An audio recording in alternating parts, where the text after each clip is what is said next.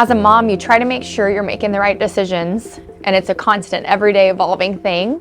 And the thought that I was raising our 5 children in a home that had mold all throughout the walls that we had no idea existed is a different type of mom guilt. We have to wear protective suits and masks just to step inside Ashley Olive's home down in League City. Because it was behind every single wall and we had no clue. You can see the mold has grown on the wood studs, once hidden behind the walls in her house. Makes you wonder, is anyone in your house feeling sick? Do you really know what's lurking behind your walls? Ashley sure didn't. In June of 2022, I noticed what I thought looked like mold growth on a supply vent. And both of her kids were getting ill. Her 3-year-old daughter, in fact, was even struggling to speak. That's when Ashley brought in a licensed mold expert. The inspector took the plates off the electric outlets, then banged on the wall to make the mold spores behind the wall airborne. This black device then read the amount of mold spores in the air coming out of the outlet.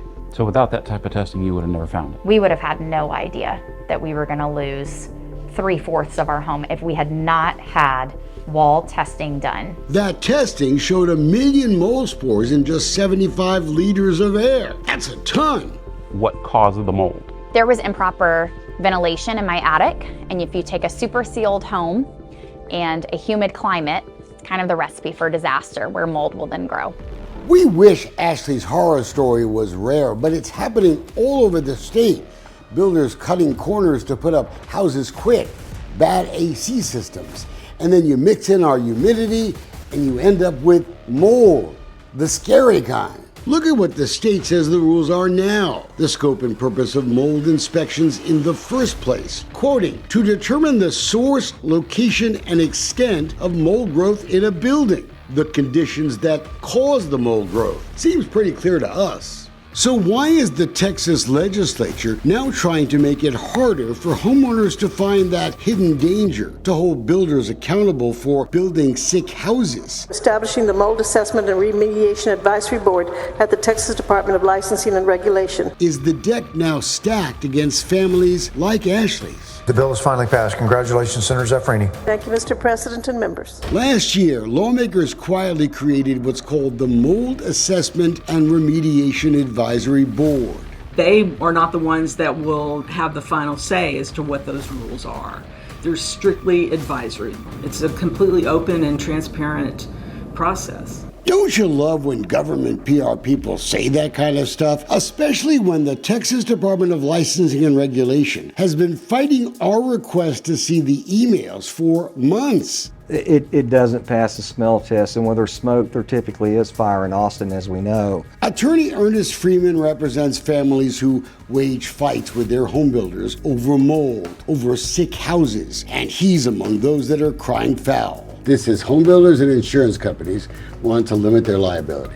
You know that's what it is. Yes. Right? Should the homebuilders be kept off?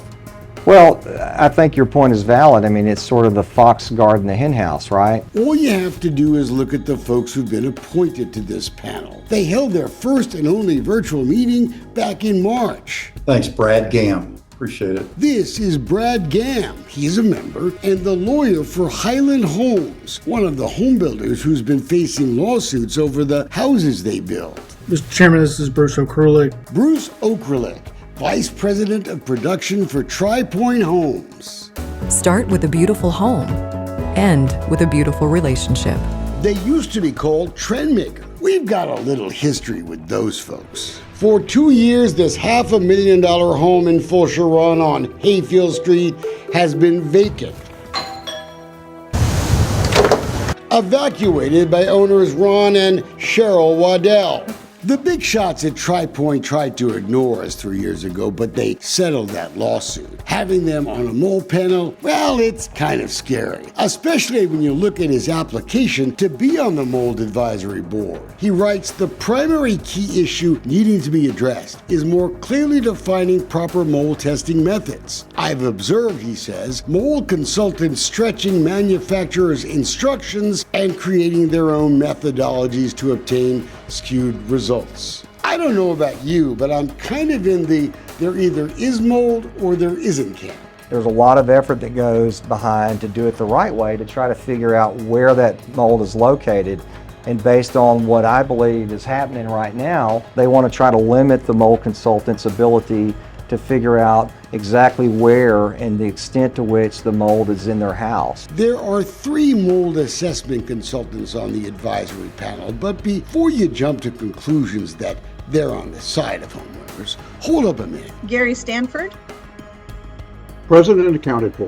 Gary Stanford is a consultant here in Houston, and he writes on his application that he wants to weed out the bad guys. But who's he talking about? He's testified as an expert for homebuilders. So has Antonio Pena. Like all other board members, he ignored our phone calls. Thank you, Mr. Chairman. And then there's board member Marion Armstrong. She tests mold samples, but she's hired by builders' insurance companies to challenge other mold inspectors' claims. Look at this report in a case in which Armstrong was hired by the builder. She claimed to have found much lower levels of mold than the mold assessment consultant who you see in this video testing for mold behind the walls. While the consultant found 93,700 mold spores just in the home's media room, Armstrong, who doesn't test behind the walls, claims her count was only just over 8,000 spores. So you can figure out why the home builders like her, but I don't know about you. But if there's mold behind my walls, I want to know. Oh my God, this door's so heavy. There's no one more popular on Houston radio than Rula Christie. Dating red flags that people have been Googling. Part of the Rula and Ryan team on KRBE. But it was this mold in her home that was getting her kids sick that still makes her cry years later. It's almost like a haze now, because when you're in it, it's so much that when I think about it, I can't. How could we not know that the child was sick because of the house? A house she says she had to abandon because the mold was that bad. It's because of the very air he breathes in the house that we think is the safest place for him. Rula blames the builder for construction defects that caused the mold that was also behind the walls, and the idea that Texas would now try to make it easier for home builders to conceal sick houses. Thank you, Mr. President and members. Well, it pisses her off. What did I get? I don't live in that dream house anymore because it turned into a nightmare, and it was his fault. We did nothing to cause this to our family. Nothing. Ashley's daughter, well, she's much better now, but only because her family found those hidden dangers behind the walls. Within 3 months of leaving this home that was filled with mold, she could speak completely clear sentences, never needed speech therapy, and has not needed it since. That's why this mom feels so betrayed, so suspicious of what this mold advisory board will try to do to protect the people who are building sick homes. I'm devastated for Texas homeowners. The testing being done the way it is now is the only way that you will truly know if a wall is healthy or if it is not. If this change is made, it will unequivocally ruin the ability for a homeowner to know if their home is filled with mold. Maybe the TDLR board should be spending their time putting together a public database of the builders that are building the most sick homes. Wait a second.